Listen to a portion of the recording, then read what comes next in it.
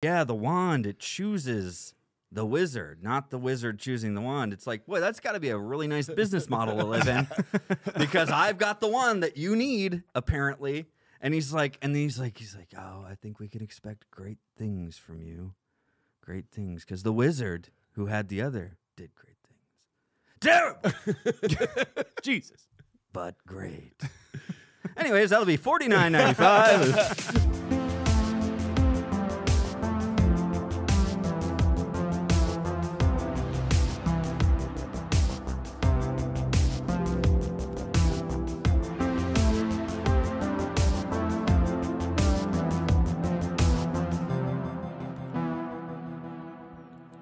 Well, hello there, and welcome to a brand new episode of the Confused Breakfast Podcast.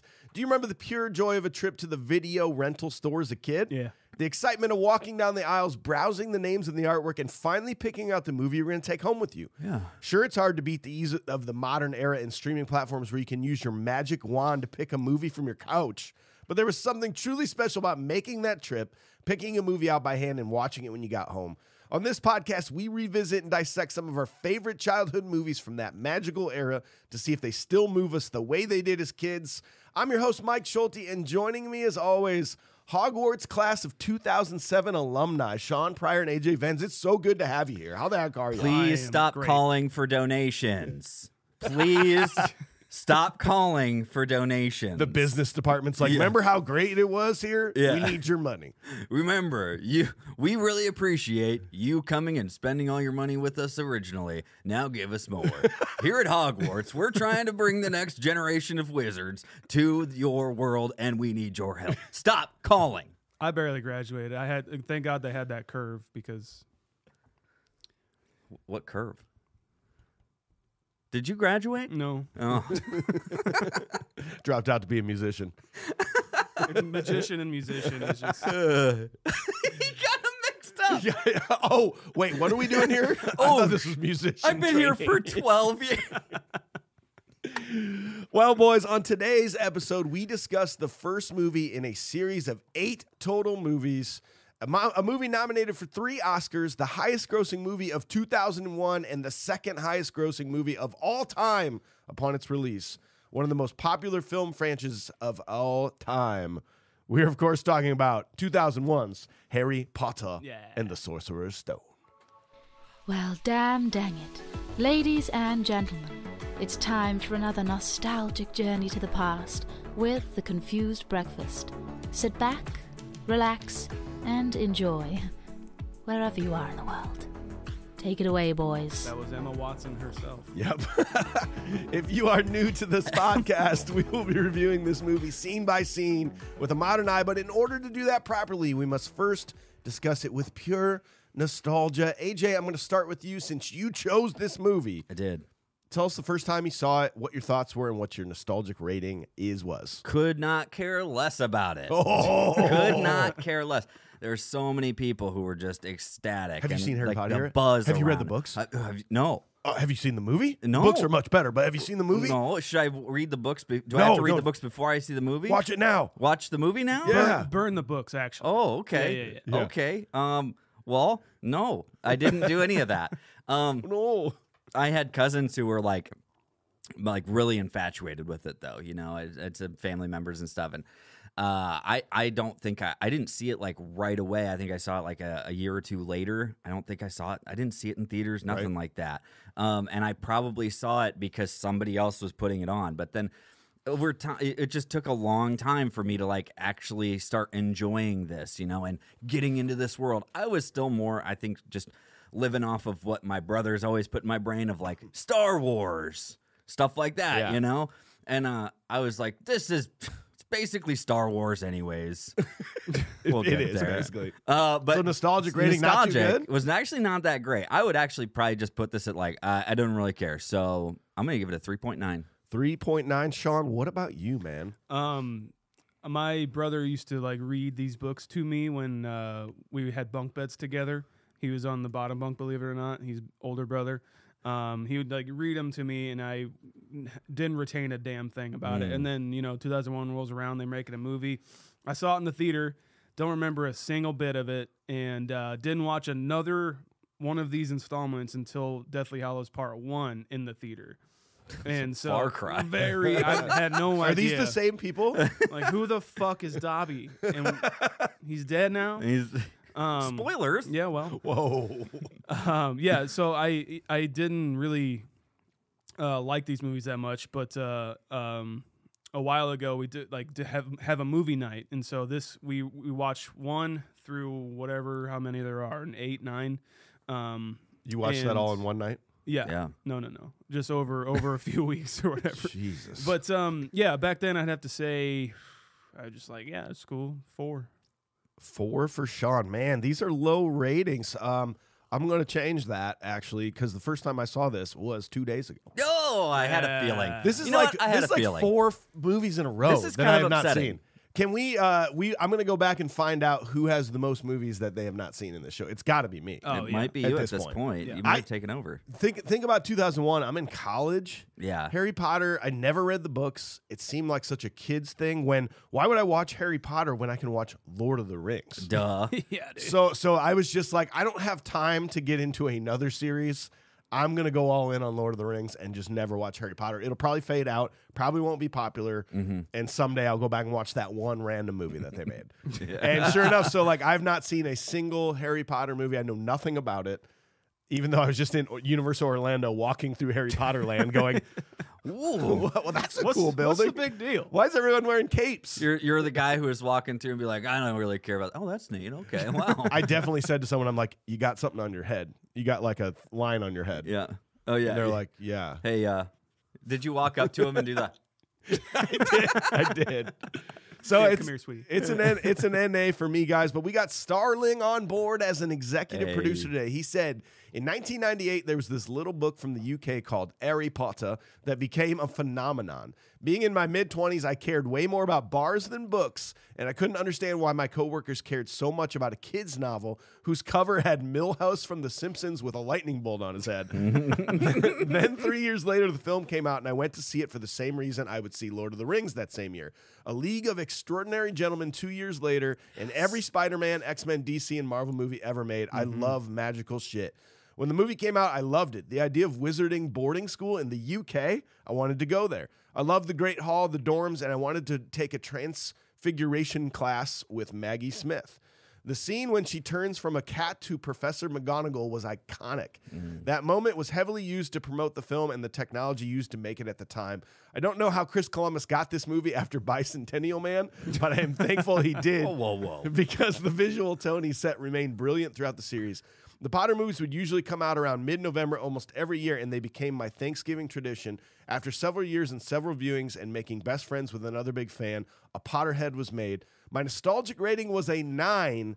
This is what I'd been waiting for in a movie about magic, is what he says. So kind of weird. We got a 5.63 for a nostalgic rating. It would have been a lot lower if it wasn't for Starling, but 5.63 is bottom 10. That's just above Tremors, just below Roger Rabbit. Oh, wow. Is how we nostalgically feel about that movie. I think that'll go up.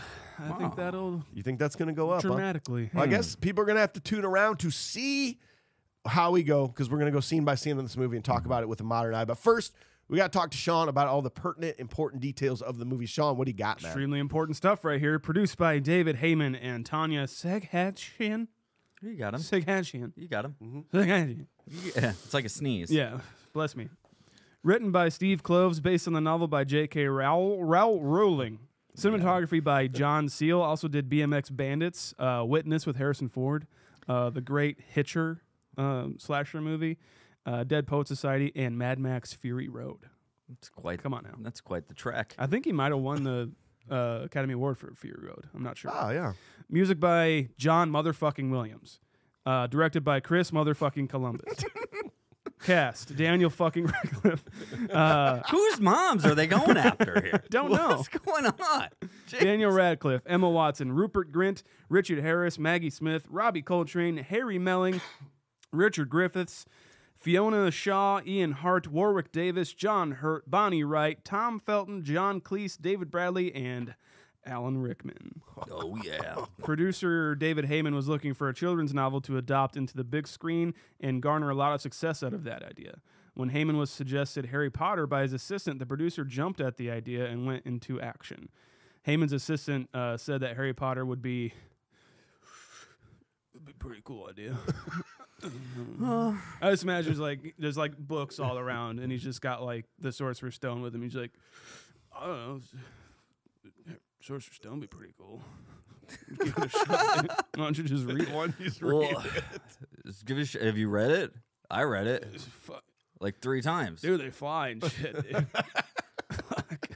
Shit's crazy, it's dude. Crazy. And then Columbus comes out. He's like, dude, you were right. This shit's crazy. Bitches turning into cats. This is nuts.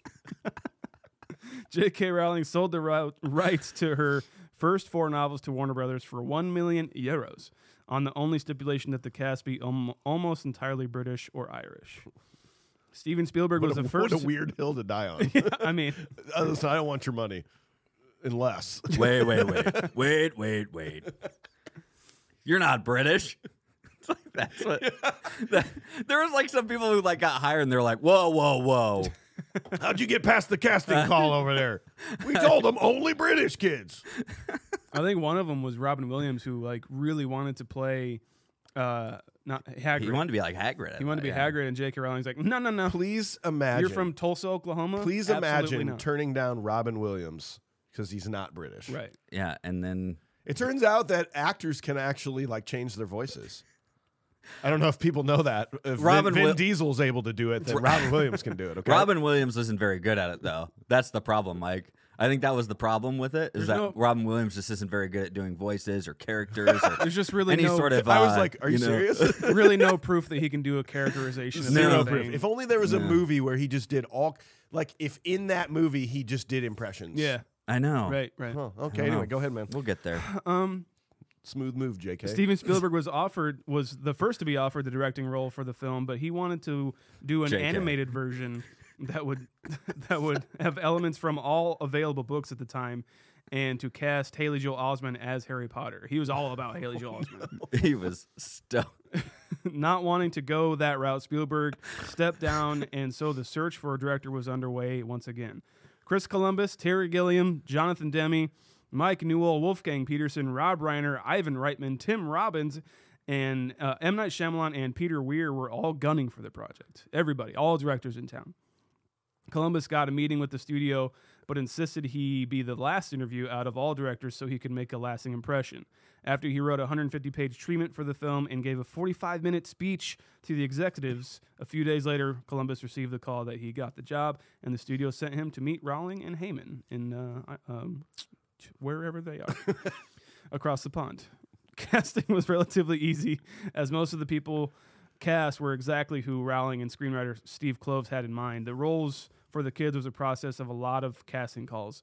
I think I remember reading that Cassie, Daniel Radcliffe, they saw like 1,000 boys to fill this role, and I think Heyman and J.K. Rowling saw Daniel Radcliffe in a play and wanted him to do it. Like it's like that's our kid, that's Harry Potter. And his parents were like, well, we were just talking to him and said we kind of wanted to focus on his schooling and not do much more acting. And then they went to another play, and Daniel Radcliffe and his parents were sitting in the front row with them. And they talked to him and like, okay, so you have to be Harry Potter. Like this is it. This is a role of a fucking lifetime. You have to do His it. dad's like, why? He's like, just look at him. It's Harry Potter. Just look at the fucking Look kid. at the illustration on the book. Look at this dumb kid. He's been made to play this Have you part. seen him act before? No. Just look at the kid. I imagine David Heyman, J.K. Do one Rowling. of these. He's He's like, like, They had a. oh my God, I see it too. They had the glasses with them. And it's like, can you just put these on? why? Just put. Oh my god. Oh my God. Oh my god. Will you? Principal photography began on September 29th, 2000, and would shoot mostly in the UK in Gauthland Railway Station, at Gauthland Railway Station, Alnwick Castle, Gloucester Cathedral for exteriors, and Levesten Film Studios for interiors and sets. Harry Potter and the Sorcerer's Stone was released in the United States on November 16, 2001, and on a budget of $125 million. The film made a whopping $1.017 billion at the box office. So I don't know if that's for all the films. I believe that's just that one. My God. It was the it was a high. Like I said, it was the highest grossing movie of all time, and it's released other than Titanic. Titanic's had the #1 spot for most money made, but this movie is like, well, we'll take #2. Yeah. Insane. And it outgrossed Lord of the Rings, which I thought would have been even more bigger. But Lord of the Rings won more awards. So. well, it's better. Yeah. Well, you guys know. It's a little spooky for AJ. if you ask me, it's a little bit spooky, guys. I'm just going to say that. Well, you guys know that we're just 3 dudes out there trying to put out weekly content for you to listen to, but it's a crazy world. There are so many podcasts to listen to, and, we want to keep this free. We want to keep growing, and the only way to do that is, 1, by thanking these people for supporting us. Thank you. But 2, also begging for you to support us even more. Yeah. Please. So here's a couple things you can do. I think if you can share this episode with a friend, that'd be huge. We know you have a sibling, a parent, a friend that loves Harry Potter. Send this to them. Hit that little share icon. Be like, you got to hear these guys. They're so funny. They're super funny. Or you love Harry Potter. They destroyed your favorite movie. They say fuck a lot in it. Let your kids listen to this.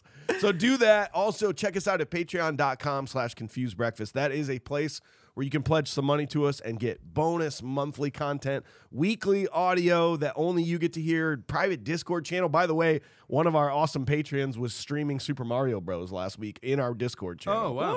So, we have some awesome stuff going on there. Patreon.com/confusedbreakfast. That's how you join. That's how you support. We appreciate you. Thank you.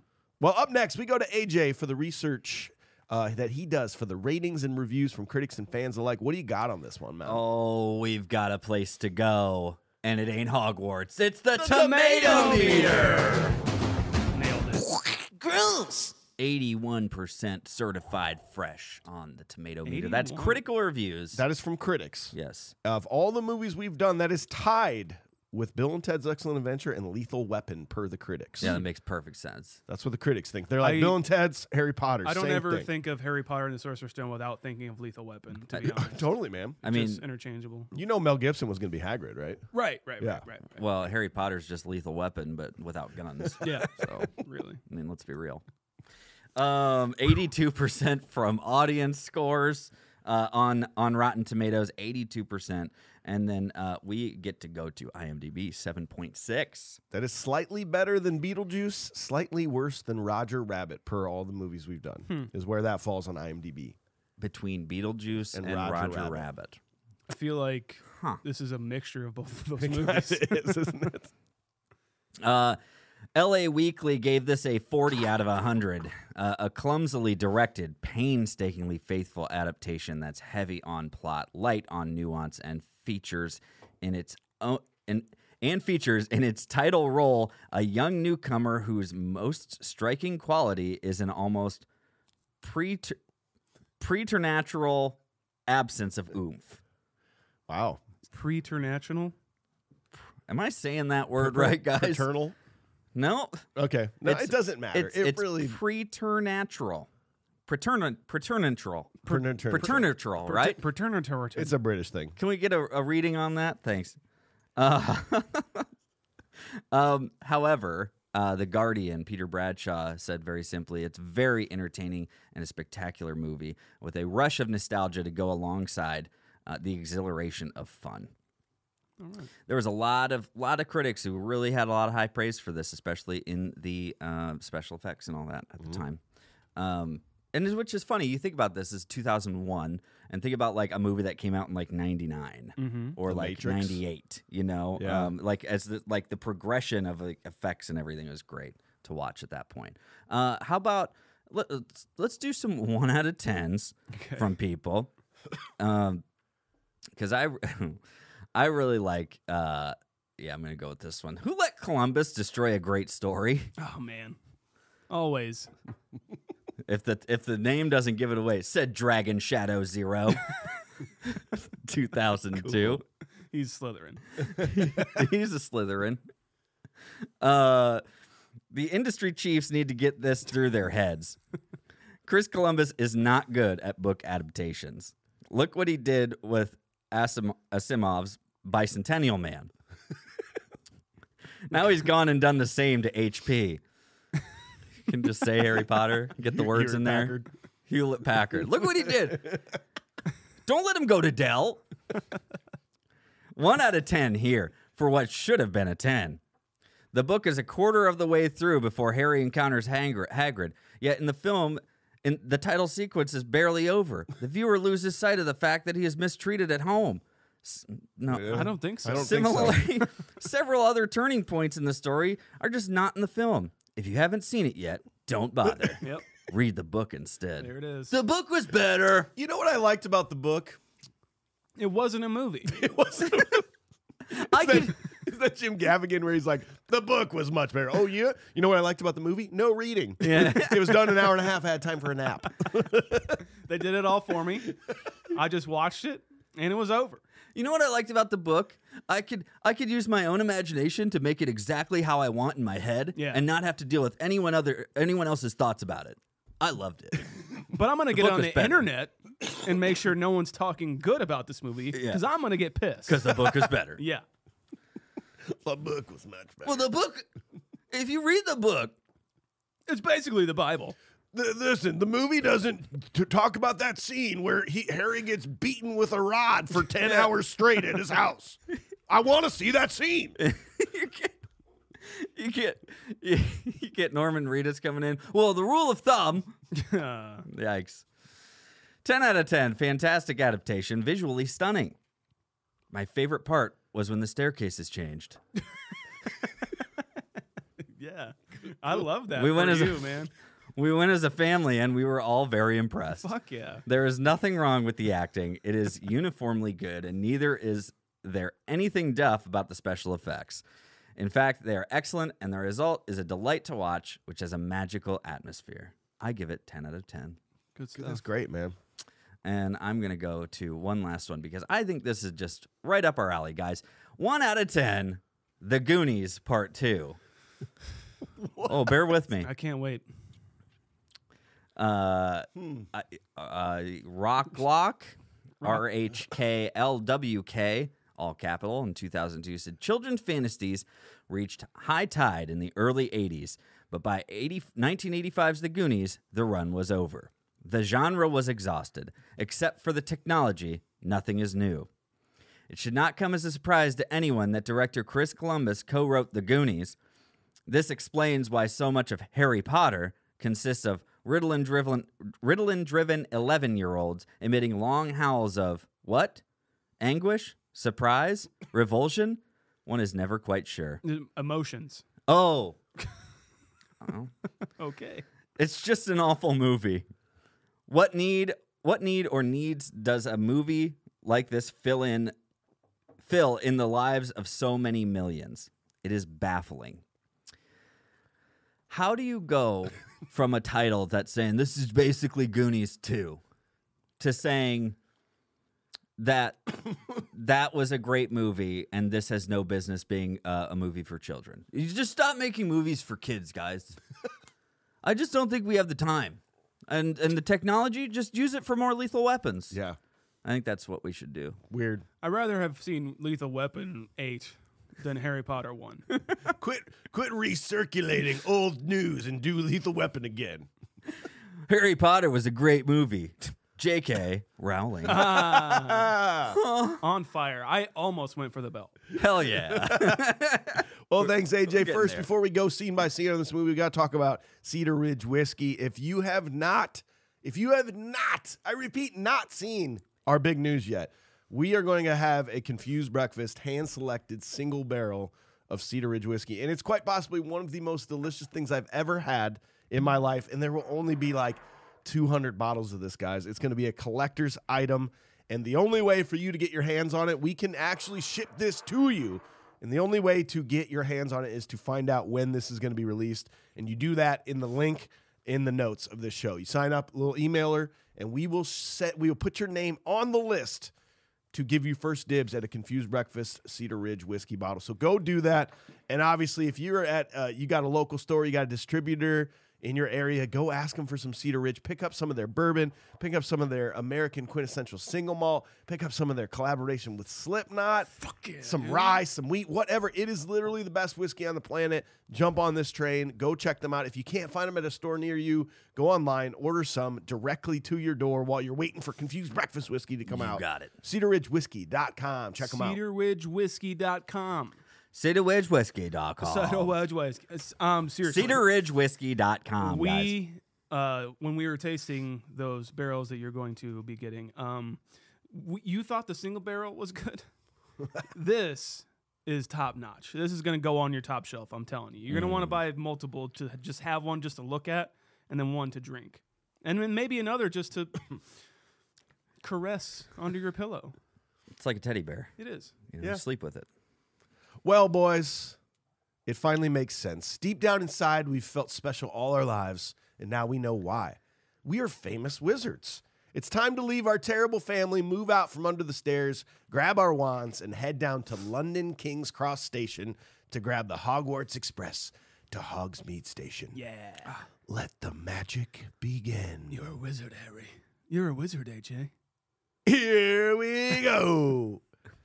So scene 1, Professors Dumbledore and McGonagall, as well as gamekeeper Hagrid, leave an infant Harry Potter on the doorstep of his Muggle relatives, the Dursley family, who take him in. On Harry's 11th birthday, letters start arriving from Hogwarts. The Dudleys try to hide him from it, but Hagrid shows up to deliver the letter himself.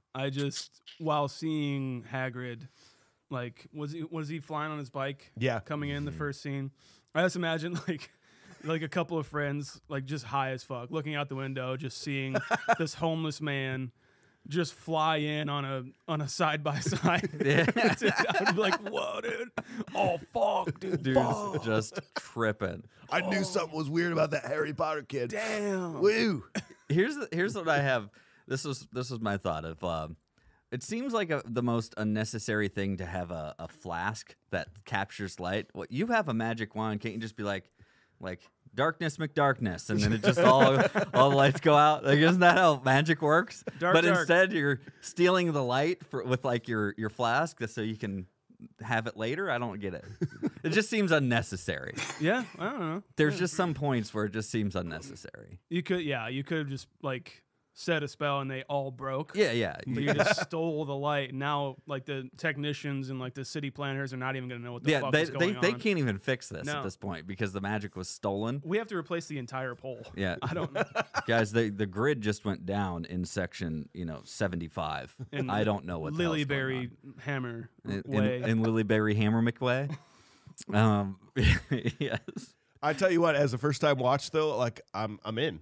Like, Yeah. I love that they don't waste any time. There's not this extended 4-minute long, like, look at who wrote this movie and look at who directed it and look who's in it. It's like they get right into it, and I'm like, all right. It was kind of one of those things where I'm like, oh, okay, yeah. And I just sat back in my chair and said, okay, this is gonna be fun. Yeah, I was into it. It could be like a kids movie kind of thing too, where they're just like, kids aren't gonna want to read who the hell like did the cinematography for this movie. They don't give a shit. They just read all those damn books. They don't want to read the screen. Exactly. Yes. Like, they're done with it. They've seen the trailer over and over again. They are hyped. They are in the seats. Yeah. It's okay. Just get the movie going. I definitely agree with that. And obviously the music is just phenomenal. Just right off the bat. Let's talk about it.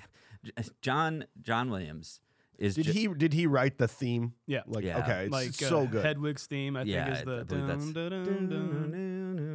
It's so recognizable. I've never seen a second of these movies. Yeah, and I know that. And you knew. I know feel that like theme. it's in your like. Yeah.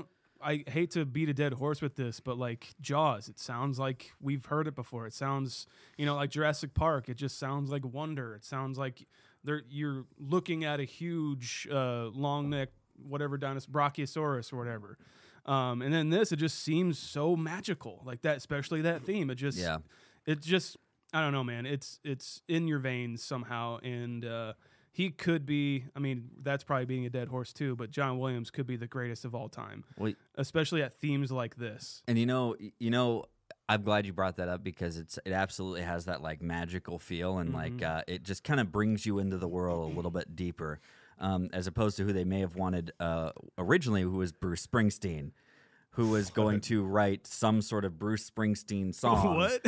For which I believe it was actually released later on, like years later. The song that he wrote for Harry Potter.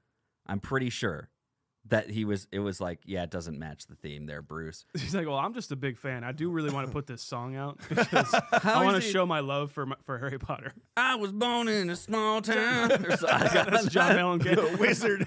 Well, he ripped it off. That's the he's like feeling magic in my bones. Born in UK, man.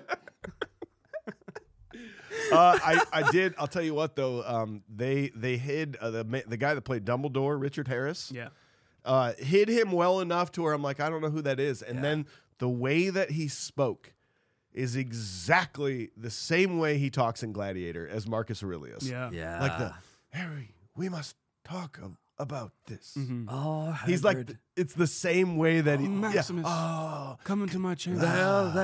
let me see thee, Hagrid. Wait. I love it. He's iconic to me. I love him. He is one of my favorite actors, and he's one of my all time favorite comfort movies almost, which is a weird comfort movie maybe, but it's Count of Monte Cristo. Yes. And he's in that movie as the old man in the prison, and I just hit that role. To me is like one of my favorite things ever.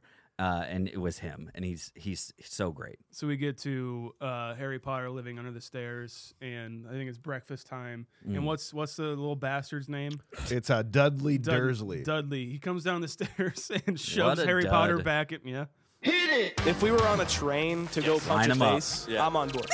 So he comes down the stairs and shoves Harry back into the room, and first he stomps on them, like, wake up, bastard! Yeah. But that's just a big brother. Kind of. I got that shit all the time, and I dealt with it. Like, what the fuck? They do make him to be out like this terrible person. It's like, have you not had a brother before? Exactly. Yeah. Isn't that not how you got it acted upon? Isn't that kind of what happens? Didn't that happen to you? 3 times over, Mike? Yeah. So wait, are we punching Dudley? Because I still want to punch him. No, Oh, I still feel like punching. So I want to line up the whole family, the Dursleys. Ah. You line them all up, and you play them like a drum set because they all make different noises, Like probably. from up to down, like Dad's got more of a bassy sound. Yeah. Yeah. And she's more of a high pitched, roto tom. Kind of a snare. Yeah. She's an 80s rototom. Can you guys explain this to me though? I understand that. Correct me if I'm wrong. So this family, they're relatives of Harry Potter, right? Right. Yeah. Why does he have to go to this family? Number one, why can't he just go to any family? And why does this family have to mistreat him? What is the plot point of that? Why are they such dicks to him? I mean, I guess for story purposes, just to get sympathy for Harry Potter, even though he's the title character and everyone's probably there for a specific reason. Yeah. I think that's my only thing. But then another thing too, where it's maybe his parents want to put him in kind of a they didn't want to put him into wizarding right off the bat. They didn't want him to grow up and then maybe humble him a little bit. Well, so and then he gets to go to Hogwarts. His real parents or these people, the Dudleys or whatever? So I think the parents Dursleys. sent him there to maybe humble him a little bit. yeah. So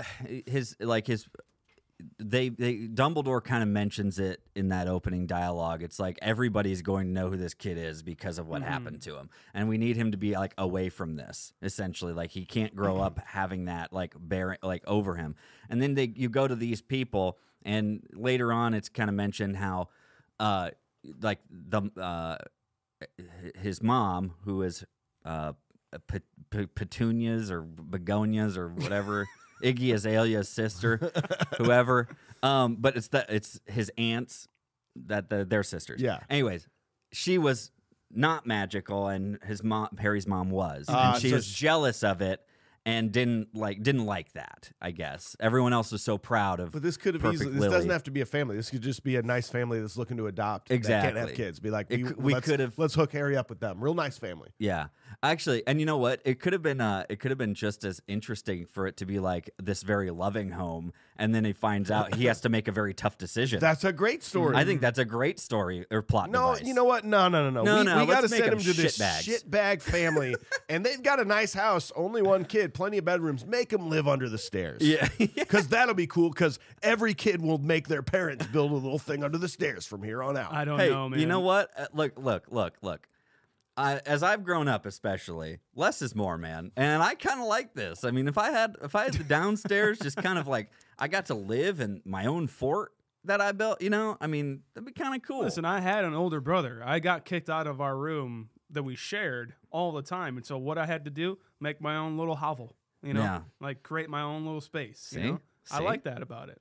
I don't know if I like the point of if it was a nice family and he had to make that choice, you're going to make the choice of Hogwarts. Yeah. You're going to say, fuck this family. And I think this is just easier, I guess, but it's more effective to me to make them shitbags and be like, oh, he goes to this actual magical place where everybody loves him. And I was gonna say too, it's like Not everyone. what's the benefit for them to be all shitty to him in this regard and just like make him They're live as a getting servant? paid. You think they're getting paid? They're Well, getting because that explains, like, they literally hate him, and now all these letters start showing up to take him away, and they're like, no. You got to stay. You know what? We hate you, but you got to stay. We you want can't our read those letters. We want our state check or we whatever. Need our stipend. Our stipend for housing this I write kid. you off on my taxes. Yeah, you're not taking my tax. I think that's it too. I think that it's another thing where like because she probably knows that he's very powerful, or he can be very, very powerful, and to be shitty to the most powerful person is like powerful to you it's now. powerful to you. And so they don't want him to go learn to actually use that They power. are using that narcissism, that narcissism drive from him. Instead of building him up and then in the end thinking to yourself, man, he's like 25, 30. Oh my God, Man, he's I could have like one of the most powerful wizards just being my best bud who likes to come on home to visit uncle and aunt, you know? But instead, I'm going to be shitty to this person. When he's 25, he could be either the devil or God, and neither are good. This could be the most helpful person in my life, in my normal life, who could just bring literally magic into my life, and I'm going to be shitty to him. Wow. Gives me a lot of satisfaction. Well, and like, you know, Harry Potter really, he needs to go to this school because he needs to learn. Like, he does this thing with the snake class. Oh, yeah. That snake goes on to definitely eat someone's chihuahua or baby at some point. Like, that snake is not a good snake, and it's just like, well, I'm leaving. I think it's pretty cute. Harry basically committed second-degree murder of someone's chihuahua. Yeah, he was an accessory to this. He was. And he's like, I don't care if that 100%. snake goes. Yeah, I think it was It's a big-ass fucking snake. I think it was a nice snake. It's a nice snake. No snakes are nice. it He only killed- eats bad wild chihuahuas. Yeah, it only kills the bad ones. No only one kills the likes bad chihuahuas. He's like a boondock saint Yeah, exactly. of snakes. He's Boondock got an snakes. Aquitas tattoo on him. It's on his stomach. Speaking more of Dudley too, that actor, I was shocked to find out that he's done a lot of shit now. Like, he's a very prominent actor. He's in the Coen Brothers' newest movie. Isn't Queen's his Gambit? character also in later Harry Potter? Like, okay. Ballad of Buster Scruggs. He's in that with the Liam Damn. Neeson section. He was in a movie that was the Edgar Allan Poe movie that's on Netflix with Christian Bale, which is pretty horseshit, but he's still in it, and he's good. Queen's Gambit. He was in the Queen's Gambit as like kind of the first guy or whatever who kind of was her friend, like after the first tournament she plays or something. Yeah. I also think, speaking of this character in general, we need to get back to beating the shit out of our kids. I think we should bring back beating the shit out of our kids and bring back just like literal capital punishment. Yeah. Public punishment for people who do things like this. You know, people who are shitty to other people for no reason. I think you should just take them out like in the town square and just beat them with a rope or something. And let everybody watch and laugh. Naked, yeah. Yes. And It has to be naked. Watch them shit all over themselves and everything. I think we need to get back to that kind of thing. Because we think Dudley would actually turn out to probably be a nice kid if he actually had some punishment in his life. Absolutely. Yeah. If he didn't get 36 presents on his birthday and then bitch about not having 37 of them. He could get 36 lashings for doing something shitty to Harry. How about that? And be a little humble. That'd be fun. He needs a humble Dumbledore. Yeah, Humble Been door. waiting Humble to say Dumble. that. Been waiting to say that. I've been this entire waiting. time. Real nice, man. Real nice. Thank you.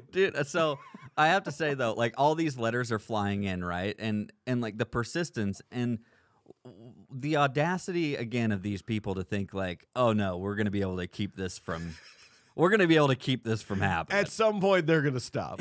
No, Yeah. we'll stop eventually. It's like, don't worry. No, it's I like to think of all the other places that these letters were popping up to, like because they're popping up in like the eggs. Like Someone accidentally got the wrong carton of eggs. Like, what the Dursley's fuck? just sitting there, just dropping heat on the can, and he's just like, toilet paper. They go empty out the vacuum bag. Yeah, It's just full of just letters. full of letters that he's vacuumed But up. I would love if, like, when he finally opens one up, it's just like, we've been trying to reach you about your cars. Oh shit, wrong one. Sorry. Oh, Somebody else. gotcha. Turnover. Fucking awesome. That's right. When Hagrid shows up, or when they're like they're fed up, and these like their letters, all these letters basically just fill up their house. I imagine that they can't walk into it, and they go to this dope ass Airbnb. Where is this at? I think that's Cannon Beach. We saw it. Is Remember that Cannon little Beach? lighthouse that was out there? I think that's it. Yeah. Dude, wherever this is, like in today's day and age, I would be there. That'd be like a staple for me. Yeah. I'd go there all the time. I don't know how they got this place. It's pretty dope, guys. And then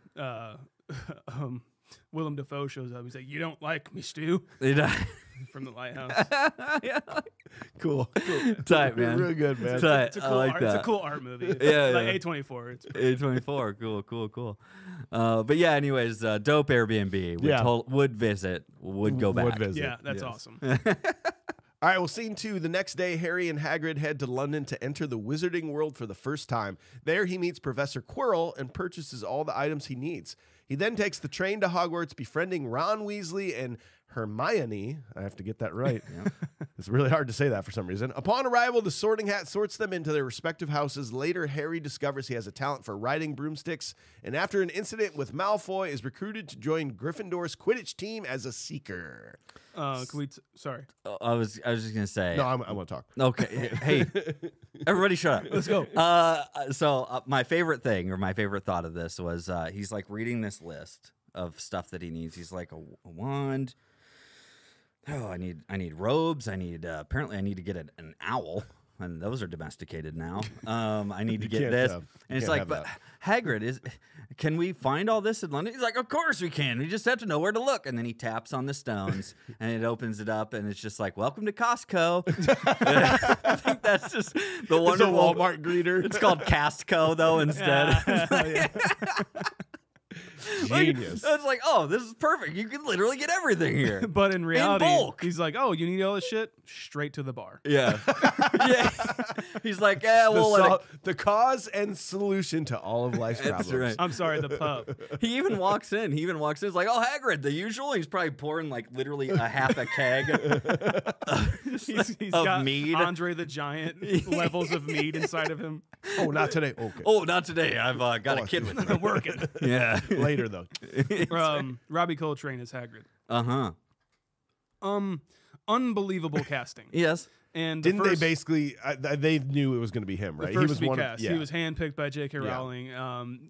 We've talked about him before, and only Goldeneye, I believe, we've only done with him. But honestly, as this movie moves along, I can see no other person in any of these roles. I think this movie is exquisitely cast. It's unbelievable. It is really well done. All the crap we want to give about being like so specific about the way they want to do it, but in the end, I mean, it's all brilliantly cast. Yeah. You know. So And I'll tell you what, not having gone to Universal Orlando and going into Harry Potter World or whatever, having never seen this, I was still blown away by it. What do they call that? Like Diagon Alley or something like that? Where if you go to Universal Orlando, like you walk through that place, like it's set for set, like it feels like you're in that world. And anyone that's a fan, I'm sure you've already been there if you're a Harry Potter fan, but just go.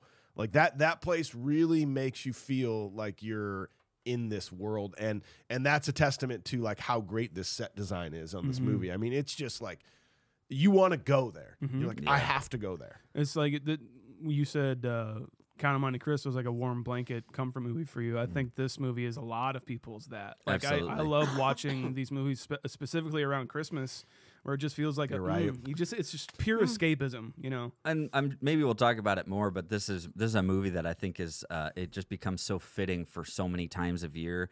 They have like Halloween themes throughout it. They have the holiday themes, like Christmas themes throughout it. They have even like summertime and like the springtime. St. Patrick's Day. Thank you. Yeah, They have that one moment. The devil's holiday. Yep. All Saints Day, right? And you're just like, oh man, they just the feeling. That's he who must not be named. He's in jail right now. Yes. Voldetroy Duffy. But speaking of cast though, then you got this shopkeeper, John Hurt. John Hurt. is who no one else can play that. Nope. No one else can be that guy on screen there. He's incredible in that. I love all of his lines. Like I love John Hurt has always looked like he works in a wand salesman place, you know. Yeah. I love that he's got like the library ladder pretty much. He like slides across and is looking for certain wands for him. And then I like when he first gives him one of the wands. He like gives it to him and Harry's like, fuck you want me to do with this? Yeah. Well, give it a wave. I love this. I love this idea so much. It's like, well, last thing I need a wand. He's like, well, you want to go to Ollivander's? There's no place better. It's like, are there other wand shops though that exist? That is 100%. Like, oh, you want to go to Ollivander's? You don't want to go to Tony's. There's discount wands. Welcome to Tony's Wands. Discount wand and tire. Tony's is the Walmart of wand stores. Like, you know, the Tony's. Shanice Kowalski. Don't go down to Kowalski's. You want to go to Ollivander's. Yeah, they got a guy named Bucks working there. Couple places down. You want to get a guy named Buck. He'll cut you a deal, but he's, you know. You can tell a lot about a salesman by the car he drives, and that thing is scary. But I also love that, like this like John Hurt is doing this, and he's going through this very, very particular process, and he knows his inventory so well, like, and he's just pulling these wands out, and he's like, this one, and then that's the one that like lines up, like lights up with Harry and everything, and he's like, yeah, the wand, it chooses the wizard, not the wizard choosing the wand. It's like, boy, that's got to be a really nice business model to live in, because I've got the one that you need, apparently. And he's like, oh, I think we can expect great things from you. Great things. Because the wizard who had the other did great things. Terrible! Jesus. But great. Anyways, that'll be $49.95. Ooh, tax-free weekend. It's like tax-free weekend, you know, it's before school. And so it's like, you're a freshman, so you get the deal. You get you're a student, right? You get that student discount. When I worked at Journeys in the mall in college, that was basically what I did. I'd be like, the Timberlands choose you. That's right. That's right. Well, like him handing and like the god light in the back and like the wind that blows. It's like when you get the perfect guitar. Yeah. You know, I know that feeling. Everybody knows that feeling. Yeah. Putting on that pair of Sauconys and being like, there you go. That happens to Harry. He's like, oh, it's like, would you shut the door? I'm with a customer. There's a giraffe. God. Hey, you want socks with those? Those are white shoes. You're gonna want the spray. You're gonna want the spray. Yeah, you're gonna want that. Yeah, you only got to apply it like 4 times a day. So, it's like. So, what do you guys think about Ron and Hermione? Then they're on the train.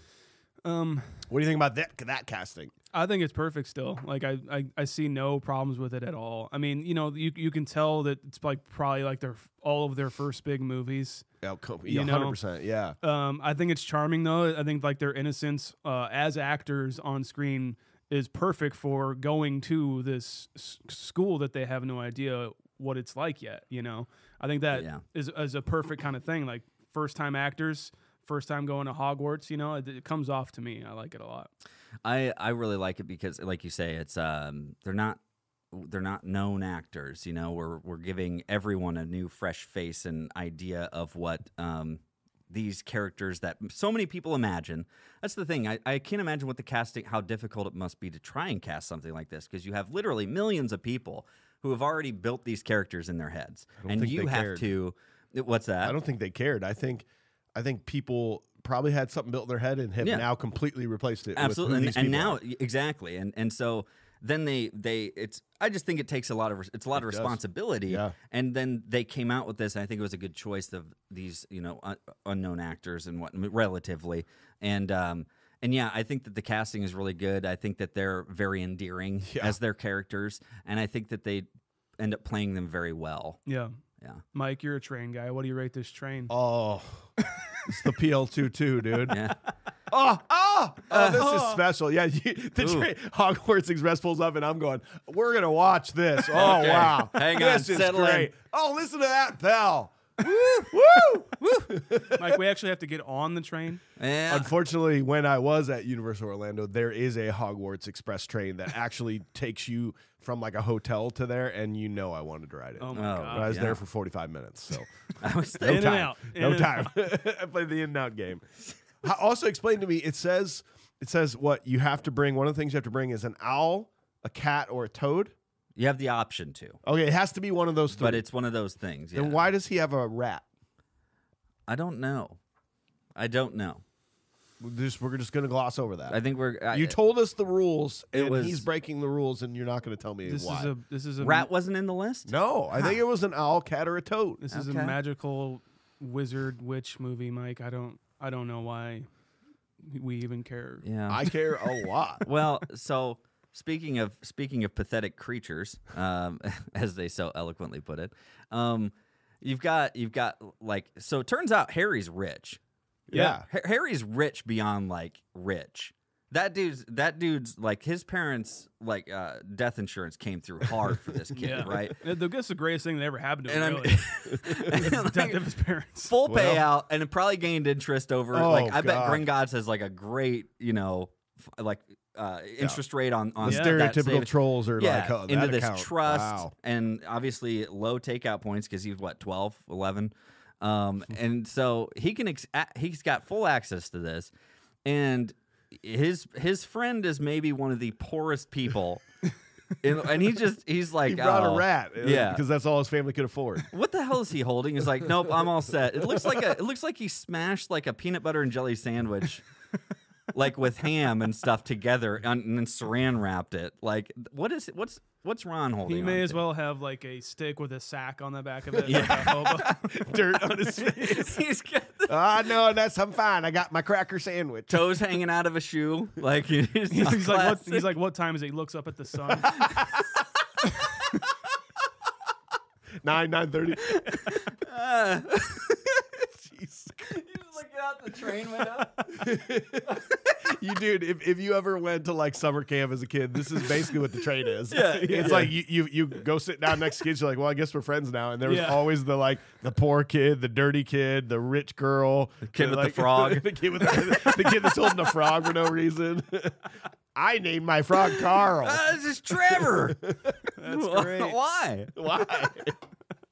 And then even like another freaking cameo, you got John Cleese here. Oh Yeah. yeah.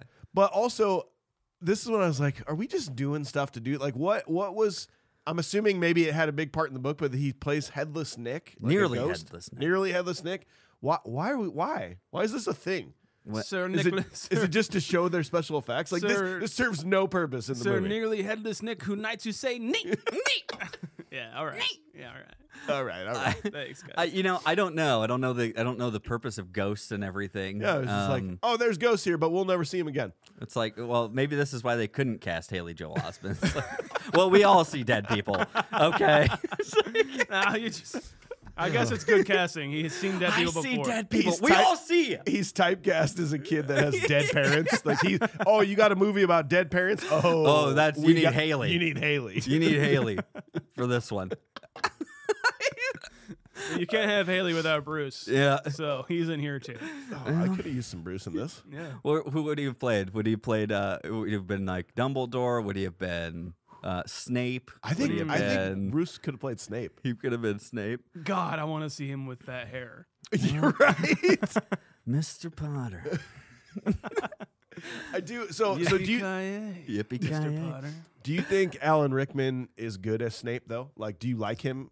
I think he's absolutely perfect. Yeah. I think he is Snape. It's- Like, It's really interesting to me how that character is and how well he plays it. Because basically, Snape's like, "Hello, person I hate. I'm not trying to be conspicuous, Yeah. but I am being conspicuous by trying not to be conspicuous. Okay, goodbye." He plays it's that just line like- so well. yes. Yeah. And- goodbye, Potter. And you know it. Like, I wasn't looking for like the twist, but Yeah. you're immediately in like, well, he's the bad guy. Yeah. Like I mean, there's no question about it. That is the bad guy. Yeah, I love it. It's unbelievable. Like You this know- casting is crazy. And I love the fact of like the sorting hats, right? Yeah. And it's like, so the sorting hat comes out and he's going to put them in there. And then like literally like if you go to Slytherin, you're a bad guy. Yeah. Right. And Gryffindor's the heroes. And then Hufflepuff and Ravenclaw do not matter. Right. Yep. And like, so if you care about those two, then I'm sorry, you've lost Harry Potter game. That's just, you've lost. We'll talk about it more towards the end where like they award a house, which seems seems a little. Well, you know what? Not everyone can get first place, Shaun. I mean, right? I like not that everybody aspect. gets a trophy. I like that aspect. Yeah. So, but hey, there are a couple things about this, right? Number one, it's really great that even though they know the bad guys exist because they gave them a full team. And named it after a snake. And named it after a snake, the most demonic creature on this planet. Even though they know about this, they still coexist very well. They're like, oh, hey, Slytherin people. Can't wait for us to be adversaries. What's up, my Slytherin brethren? What's up? Why don't you slither on over here and give us a hug? Like, I don't know. And they're just like, fuck you, Gryffindor. Yeah. Like, that charm. That charm. I love that Slytherin Gotta charm. give it to them, right? But then also with the sorting hat, what the hell is this order of calling names? You know how long that would have taken? Oh my gosh!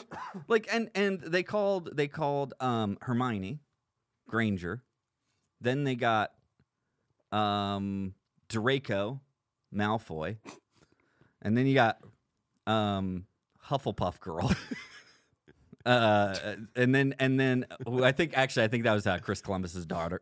Was it really? Cool. Yeah, he gave her a small part. Sent her to Hufflepuff. Idiot. The fuck?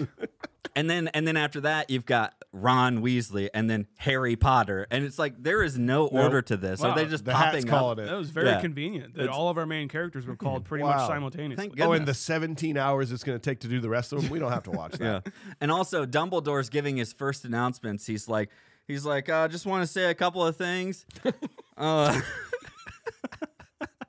Hey, do not go in the forest. Don't go in the forest of demise and death. It's not a good place. That's why we called it that. Usually it's just the forest of darkness is a bad place. I know it surrounds off the entire limits. castle, but don't go there. If don't go to the third floor thing unless you want to die a terrible death, and keep your hands off of my shit if you go into my office. All right, thanks guys. Lunch at 11:30 every day. Lunch at 11. Have a great fucking year, guys. Have a great. Let's be do dope. this, guys. Yeah, let's do Let's this. do this. All right, thank you for that, Dumbledore. Also, this list of kids' parents' checks did not clear. Yeah. We're gonna have to send you. We're gonna have to send you out. Ron, I'm talking to you. Ron, I'm looking at you. Your check did not clear. You're gonna have to get out of here. And there's all of his family too. It's like literally all of you, your checks did not clear, all the way from Ron to Percy and the twins. Yeah, I'm looking at you, idiots. Technically, that train doesn't come back until Christmas, but so we're gonna have to put you in the holding cell. Actually, Right. Oh my god. I love when he's like naming off the houses, and Draco Malfoy and his little buddies they name off Slytherin, and they're like, and Slytherin. He's like, fuck yeah, dudes, that's us, right? That's right, bro. Fuck yeah. We're getting in there. And then like one of their buddies goes to Ravenclaw. He's like, oh, We can't be friends anymore. dang it. Goddamn dang it. He is probably the most perfect cast as well. Like I know. he, like that kid, like you want to hate him immediately upon seeing his Yeah. face. Like Could it's we, like could we just keep hitting like punchable faces? yeah, throughout that's this? every kid in the movie is a punchable face. Could we just let's be honest. slap his hair off of his head? That'd be great. Got him.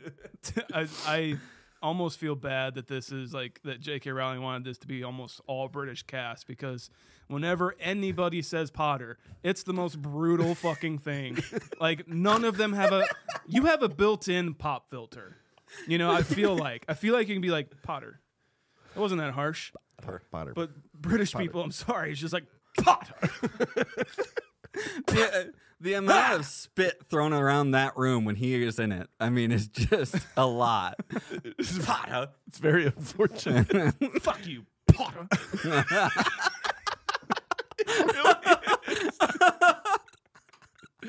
Oh, they don't say the H in Arry, and then they just yell the P of Potter as hard as they can. They just summon the depths of the deepest Do it again. 10.8 earthquake. Say Arry Potter and do it. Harry again. Potter. It's really good. It's like someone punched him in the gut as they pronounce the P. All All right, say Hermione. Hermione. Say Ron Weasley. Ron Weasley. Say Harry Potter. Harry Potter. Why are you saying that? Why are you saying it like that? Cool whip.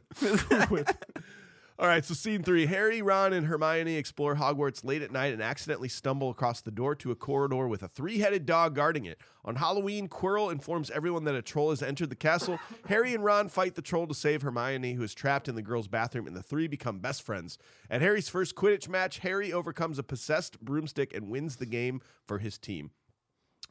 So we didn't talk about like the introduction to Quidditch. We can talk about it more as we get into the game because I have a lot to say about Quidditch. We can just skip straight to Quidditch if you want. Well, yeah. Halloween Feast is dope. The what? Halloween Feast is dope. I love those pumpkins too. Like Yeah. I like the floating and the eeriness of how like apparently you can sort of see the outside of the building.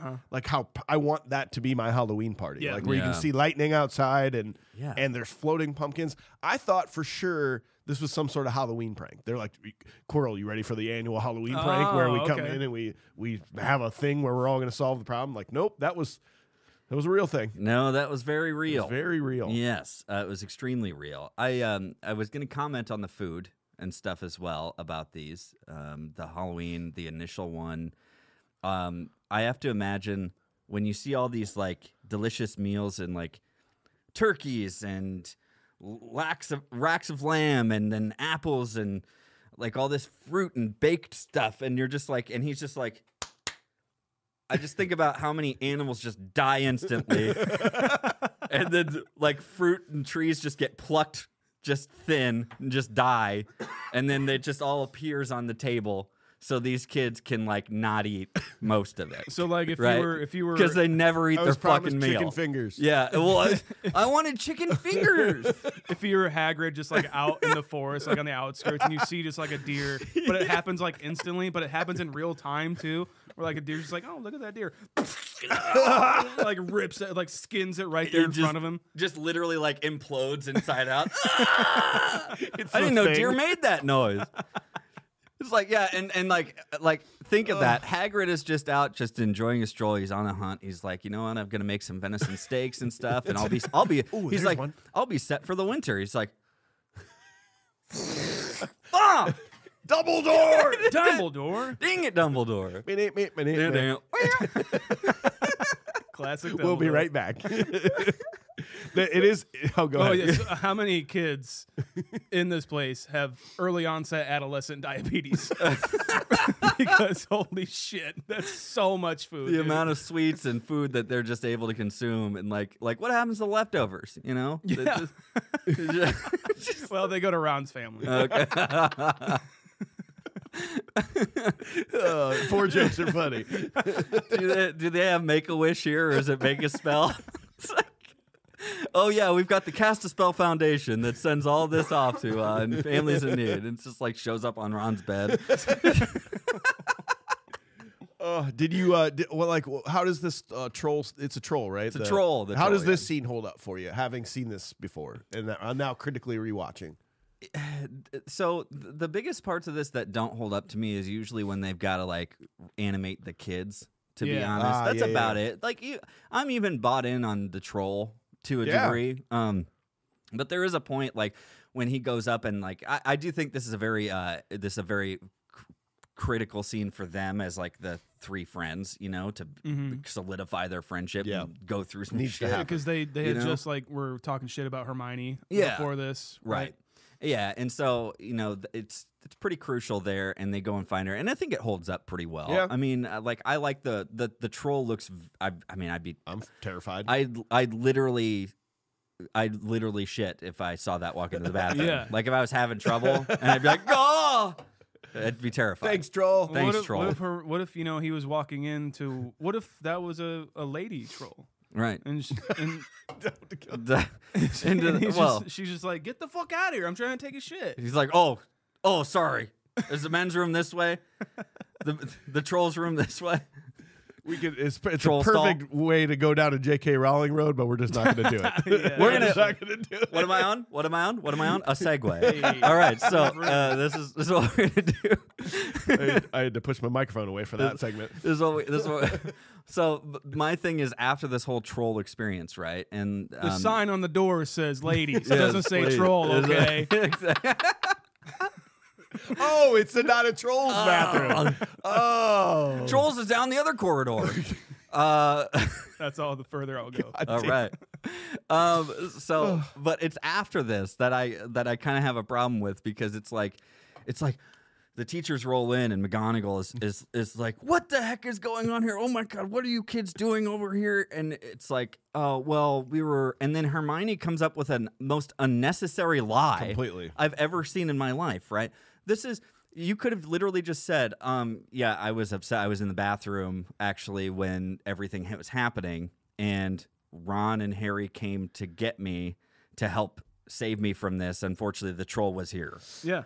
That's all you had to say. Yeah. And they helped me defeat this mountain Yeah, troll. we actually saved everyone from the troll. Instead, she falls on the most unnecessary sword and is just like, it's like, I thought I could take on a troll. Good thing Harry and Ron came and saved my ass. It's like, you didn't have to say that. So just tell them what happened. The only thing about that lie is trying to get them to say to them that we're good now, fellas. You know, Okay. all of our shit's squashed. You know, Okay. that's the only reason for that lie. But I you guess, could just yeah. say that. But You yeah, could just say that to them. Exactly. It's like they came and tried to help me, and they did end up saving the day for me, you know, and helping me through this. And then, wow, thanks for coming and saving the day, guys. I really appreciate that. And I took the blame.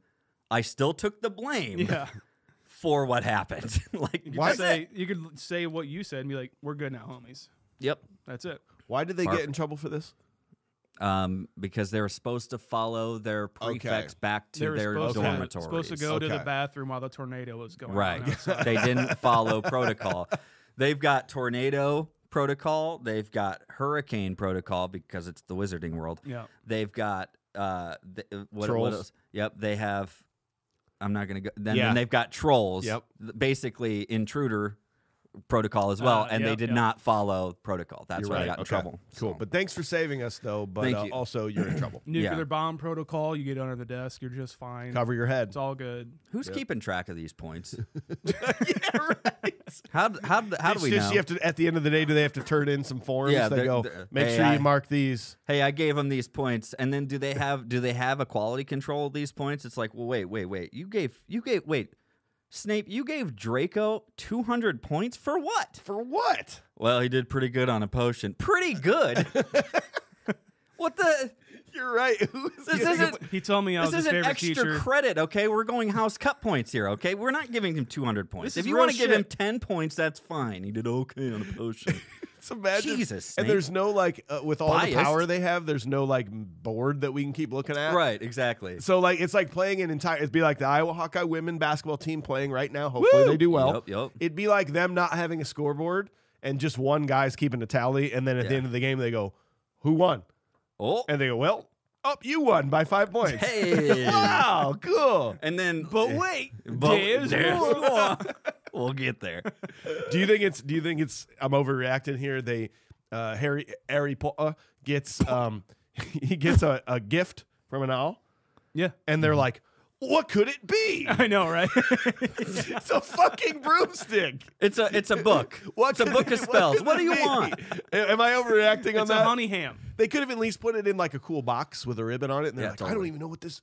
Even then, you're like, it's probably a broomstick. Or it Yeah. could, this is fucking magic. It could be just like a tiny little box and Yeah. it just unfolds. It's like when I got a hockey stick once for Christmas, and my parents wrapped it, and I was like, "What is it?" What could it be? like a magician would do. It could come in a fucking sorting hat or whatever the fuck. It could pull a long thing out that's impossible to pull Whoa. out. Exactly. See, Tim Allen, that shit. Yeah. And also, so he was given this by Dumbledore. We're assuming Dumbledore kind of winks at him or something. Yeah. Is it the broom? Yeah. Or is that thought it was McGonagall? McGonagall, Okay, yeah. regardless. I think it's McGonagall. He gets this, but he's on the way.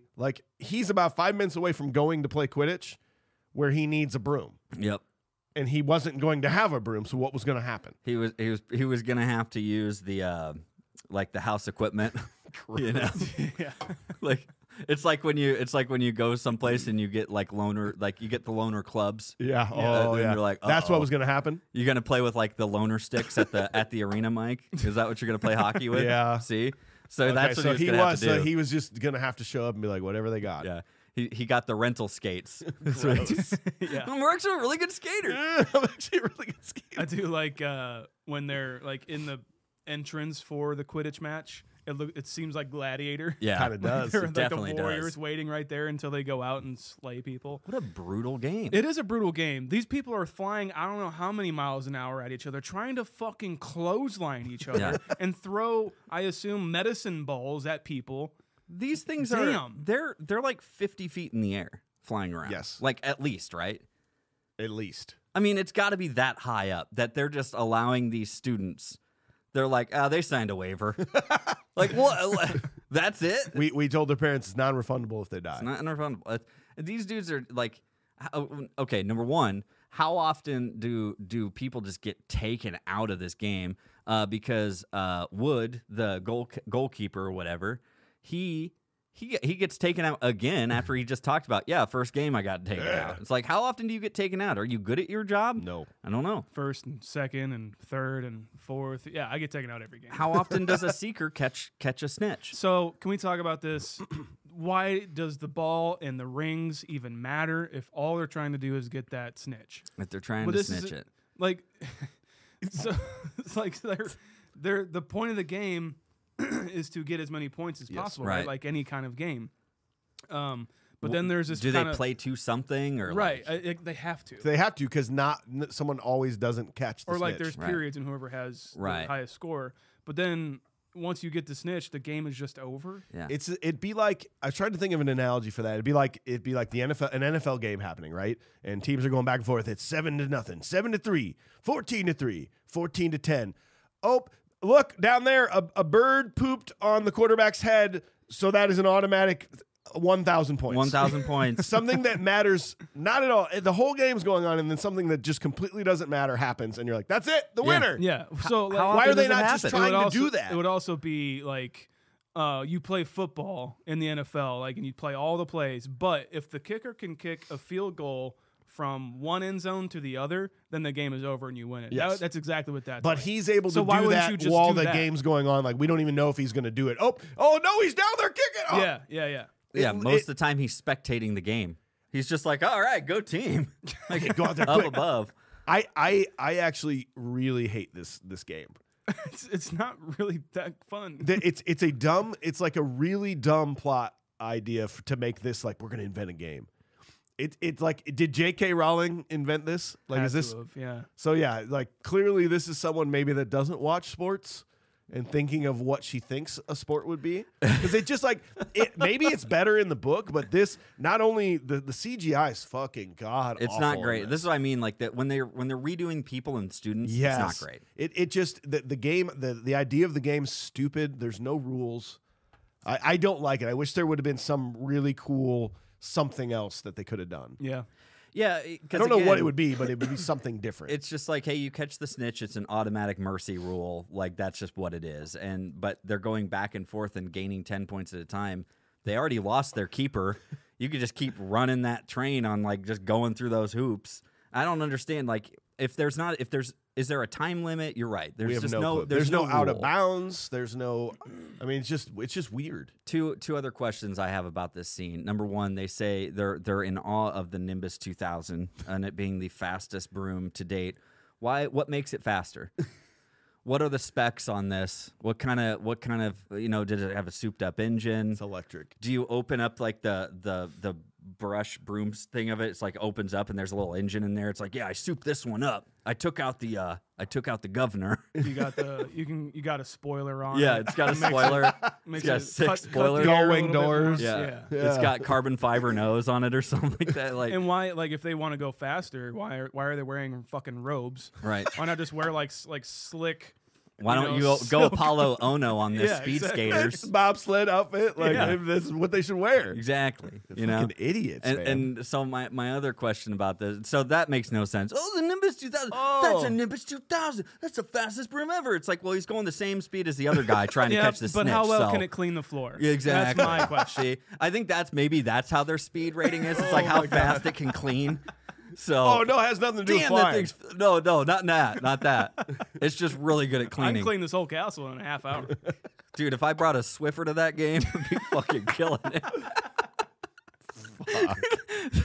So, what was your next thing? My last thing is about Hermione, and it's like, yes, and she sees Snape, and she's like, he's doing a spell.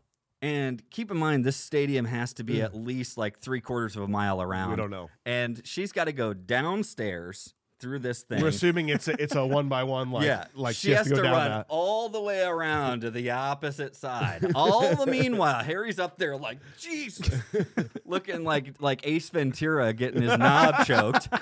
He's just like, what is going on? Like, so it took her that long, and he still climb up too. Had to still go up and then cast that spell and wait for him to break concentration. Just as I was looking at these spectating pews, is what I want to call it. Like these tall, I assume just wooden and like what, paper mache ridden, whatever, ribbons and shit. I'm like, there's a fire hazard. Yeah, this is all That's fire not hazard. good. And the minute I thought that, she's like, psst, psst, psst. I know. Whatever. Fire. Lights him on fire. Flint McFire. Sparking onto his frickin' robes. Yeah, this was like maybe the first moment where I was like, nah, okay. Oh, come on. Like I started to maybe pull up my phone at this point and be like, okay, I know what's going to happen. He's going to win. He's going to get the snitch. Oh, wow. That snitch would have torn up his insides so bad. Oh, Are you yeah. kidding? Those little wings just going a million miles an hour like a hummingbird inside his stomach and in his mouth. He would have been ripped apart. Yep. Done. It's just the start of a Joker origin story for his face. It's sad. Well, let's move on to scene 4. So at Christmas, Harry uses an invisibility cloak to explore the restricted section in the library to research information where he learns that Nicholas Flamel is the only known maker of the Sorcerer's Stone, which produces the elixir of life, which will make the drinker immortal. Harry's sure that Snape is trying to steal the Sorcerer's Stone in order to restore Lord Voldemort to power, but Hagrid denies it. Harry, Hermione, Ron, and Draco are caught out late at night and are forced to serve detention with Hagrid in the Forbidden Forest. Harry sees a hooded figure drink the blood of an injured unicorn and is saved by a centaur. I like. Ooh, here's a prop. Sorry, dudes. I want the invisibility cloak. That's cool. That's what I want. Tell me why. So I can I don't. Go places without people recognizing me. Mm-hmm. Yeah. Go into bathrooms and It doesn't hide your It doesn't hide your feelings, Mike. No. It doesn't hide your feelings. It just hides you. Well, I want it because I'll be smarter than Harry and understand that anything that goes out of the cloak can be seen. Right. So when I'm holding a lantern, I'll understand that it's Or- not invisible. Yeah, and it's got to be. It's got. You know what I mean? You want to make it like Right. long enough so you don't just see your ankles Right. popping out. That's what I was thinking the whole time. I'm like, is it covering his whole body? and you though? don't want it to be too long to where you're stepping on it. It's true. yeah. So it's got to be absolute perfect length. Yep. Yeah. And how is it the perfect length for him? He's like way shorter than wherever this thing came from. He's way too short for this thing. I'm thinking about you see just these 2 feet. It's just socks and Crocs, and just going. I just thought like when he opened it up, he's like, "Oh, I got a present. Sweet, fucking rad, dude." He opens it up. He's like, "Oh boy, a blanket. Great." He like any kid, he doesn't read the card first, and he's just like, I don't even know what I'm supposed to do with this. It's a like, shawl. Read the card. I guess I'll just. He just sleeps with it at night. That's all he does. Nothing else happens. No clue that he's invisible. I recently saw a video of this woman who had a pet owl, so I'm taking Hedwig. You're taking. Oh. Oh, okay. Yeah. All right. Guys, there's like This- a million well, things. pick one, okay? I don't know how to do it. You have to. I should have. Can I have? No, I can't think of anything right now. I might have to just say it later. I don't know. Wow. You need a new broom? Wow, dude. No, I've got a Swiffer. Okay. Thing's badass. I got a Dyson, so it's like I do have a recasting, though. You said that everything was perfectly cast. There's one person, though, that I want to recast. The librarian. You know, like the kind of like haggard old dude. Really? Like Shaun of the Dead and everything? Yeah. I want that to be the guy from Monty Python and the Holy Grail. What is your quest? What book are you looking for? He might as well be. He was basically looks just like him. What is your favorite color? You know what? I'm going to take the most practical thing I can think of from this movie as my prop. I want the remember all because I forget everything. Okay, nice. It would be extremely helpful for me. That's really nice. Yeah, thanks, man. Thanks.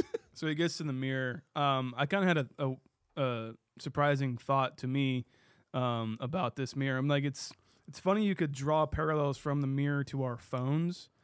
And furthermore, what's on our phones like Facebook and Instagram showing us things that we want, showing us things that we like desire, you know. But at the same time, showing us different versions of reality of our desires of what we want and what we want to be. Like you were just saying in the BetterHelp ad later. Sometime. No, that was in a past episode. That was in a past episode. So we can cut this out. But it's just saying, like looking at Instagram and everything, and comparing yourself to like what you think is great. Like Instagram is not reality. Facebook is not reality. And this mirror is really not reality either. It's just more showing you your desires and what you want. And it's kind of like a Black Mirror kind of thing. I felt it was kind of a philosophical kind of look into a kids movie. You know, it didn't really need to be here, but I had a lot of thoughts about it. Yeah, it's kind of interesting you bring that up actually, because that's exactly what we have now. We just have a smaller version of it. Yeah. We have a pocket version of that mirror, basically looking back. Essentially at us. magic too, by the way. Yeah. We're all magicians now. We can all. Have you seen me Photoshop on my phone? You're a wizard, Mike. There you go. Yeah. I'm a wizard. Here. Oh, that's cool. Yeah, Look at you go. you got the beard. Come on. I do reiterate how great Hagrid is. Like I love these little snippets. Like he's not always in the movie, but when he is, it's very memorable. Mm-hmm. Like I when he said that. yeah, that's what he says. He goes, Who told you about Fluffy? ain't no one besides me and Dumbledore. I shouldn't have told you that. I fucking love that line. I love have he told you keeps that. going with it too. And he goes, well, I already shouldn't have said it, so I'm just gonna keep going, I guess. It was very good. He's so good. Like every time I see one of these guys, like Alan Rickman, I'm just like, God damn! If he's not just the perfect role for this, you know. He carries it so well, that cadence of his voice and everything. And again, I don't know who thought that kind of cadence up, if it was just Alan Rickman taking this part on, and because he was one of the few people, again, that J.K. Rowling was just like, no, you need to be Snape. Yeah. Like, you are this person. And even when as far as to give him all the information about his character and backstory and what we don't know at this point for the entire series. He's like, no, this is what you need to know. He's like, this these is where are I'm the things going with this. Yeah, you need to know these things if you're going to play this character. And she only told him. That's there was awesome. nobody else in the movies or whatnot, or in the stories that, to my knowledge, that she told about those particular character traits. There's also really cool behind the scenes footage of them doing scenes like blooper kind of reels and everything. And Alan Rickman and Richard Harris were like best friends. On set. Like I saw one. I think it was for a later movie, and maybe the second one, because I know Richard Harris doesn't return because he died. He passed away after a few Harry Potter movies, I think. It might have been one of the sequels, but It was right before the second one got released. Okay. He's like walking through a corridor where all like the boys are sleeping, and he's got a fart machine on him, and he's just like farting like next to Daniel Radcliffe, and he's like, Alan Rickman is just falling in the background. It's amazing to watch. It does call into effect like how weird the punishments are at this school, because basically they're like, hey, we told you can't be out at night in the forest. Yeah. So your punishment is to be out at night in the forest. Oh, Is that right? I think that's what it says. Is that what? Should we do that? Should we redo that? but with Hagrid. Oh, Hagrid. cool. I Oh, like that. Hagrid's there. Yeah, that's fine. Yeah. You didn't read the rules. We said don't be out at night in the forest without Hagrid. Yeah. So we're going to punish you by being with Hagrid. You're supposed to be in bed getting a good night's sleep. So we're going to take you out of bed, not let you get a good night's sleep. That's what it fucking says in the rule book. Should we amend that rule? I don't know. I don't. It doesn't make it. It's been this way for thousands of years. Let's just keep it. Actually, no one has ever broken that rule. No one's ever broken it. I just it's kind of crazy. We thought telling them the Forbidden Forest would keep them out of it. It sucks in there. we You're gonna die. They keep fucking going. we thought calling it the Forbidden Forest would make it feel forbidden. Turns out kids like to do the opposite of what you say. So why don't we call it the Happy-Go-Lucky Gumdrop Forest? And they'll be like, yeah, it sounds like it's for babies. I don't go there. I don't go to the baby forest. babies. Turns out that's where spiders feed on your eyeballs. I don't need gumball. I don't need gumdrops and candies. I get it every goddamn night with this huge feast that we have. Yeah. Can you explain to me? Is the centaur more? This is where all the leftovers go. It's fucking terrifying. It's forbidden that you go there because it's just a pile of leftover food It's just their decomposing. dump. No, is the centaur a bigger figure in remaining movies or in the book or I don't something think like so. that? I think they show up a couple of times. It's just sort of like, oh, weird. There's unicorns and centaurs. Okay, we're done with that. Fantastical World. It's a 3-hour-long movie, and we're already done with that. We're moving on to something else. Yeah, well, and the thing of it is, it's like this comes in, kind of saves the day. The centaur fends off the most dangerous being in the world. Yeah. All right, cool, fine. And then it's like, hey, you really shouldn't be out here, Harry Potter. Oh, hey, Hagrid. Deuces, bro. Good to see you, dude. I'll catch you down at Hogsmeade. We'll have a pint. We'll talk about this later. Basically. And that's That's it. basically the conversation. Yeah. Like no talking about how, wow, you just really, you could, like, you might be the strongest being on earth. Yeah. I can't believe you just did that. That was amazing. You just stomped out that rope. What the hell, bro? Poor unicorn. Poor unicorn. That unicorn unicorn blood. Fucking metal as shit. Dude. That's awesome. Looks Is like there a somebody band name, Unicorn Blood? I love that. It looks like somebody broke a thermometer on their Yeah. freaking hands or something. Like, Mercury. yeah, it's just, their blood is mercury. Yeah. That's dope. Are you looking up unicorn Oh, blood? yeah, Unicorn Blood. Let's find out if there's a page, Unicorn Blood. They are dressed as centaurs. They tour with Goblin Cock. There's a comedy club called Unicorn Blood, and there's also a health and beauty page called Unicorn Blood from Toronto. Interesting Wow. approach, Okay. but hey, Man. they're really dedicated. I would check it out. That health would. and beauty channel is just full of witches anyway. You know? Yeah. Well, it's just full of witches, anyways. Oh no, That's I all don't I know. I think that's all I got for this All part. right, well, let's do the final scene then. Harry, Hermione, and Ron believe the theft of the stone is imminent. They set out to reach the stone first, navigating the security system set up by the school staff, which is a series of complex magical challenges. The three make it through together until finally Harry must enter the inner chamber alone. There he finds that Professor Quirrell is attempting to steal the stone. He is possessed by Voldemort. Harry defeats them, wakes up in the hospital wing. Dumbledore reveals to Harry important details of his past. Finally, at the end of the year feast, it's revealed that Gryffindor wins the House Cup. Harry returns to the Dursleys for the summer. Yeah. Wow. I want to say Hermione in this is a great sort of like kind of exposition dump for Ron and Harry, like kind of explaining like, oh, I read about that in a book, you know, like explaining like how this magic works or how this like corridor of Hogwarts works, you know. I think it's almost like you notice it now if you like want to like take and analyze a movie. But like that's like her service for this movie. She's a well-read individual. She's a nerd about this stuff, like, and wanting to understand spells and magic and, you know, what the building is and what the wizarding world really is, you know. I feel like it should be Ron, to be honest. Like, I know he's like the scruffy comic relief here, but come on, like, he lives with a full, like, wizard family. Yeah. Full-on wizard family. Yeah. And even though this is his first year, his brothers have been going here for how long? And it's like when they come back, they never talk about Hogwarts. True. Like, oh, dude, remember when the staircases changed? Yeah, that was crazy. We had to take another path, and we had to go up this way rather than just going through the door that it put us So at. if you ever go through that, you want to go through Hall B instead of Hall C. Oh, okay. Otherwise, you run into this corridor that's got a three-headed dog in it. Crazy, dude. Crazy. Okay, so there's a three-headed dog. Okay. And this is all news to Ron. Yeah. You know, that That's we just true. ran into this. That's true. So that's a little frustrating. But you're right. It's like it is an exposition dump of like it's like she's the well-read one and giving us a lot of like insight and Yeah, feedback. she's telling Ron and Harry Potter that like information they need to know, but also the audience needs to know as well. Yeah. This so I feel like this part goes really fast.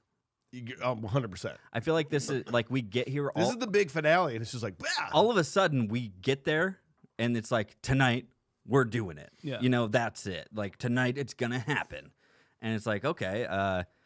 So they go and they find the corridor, and they get through past the dog and whatnot, and then it's like this series of riddles and games, like we're playing Legend of Zelda. Yep, 100%. Like, this just is doing very this. much a video game. Yeah.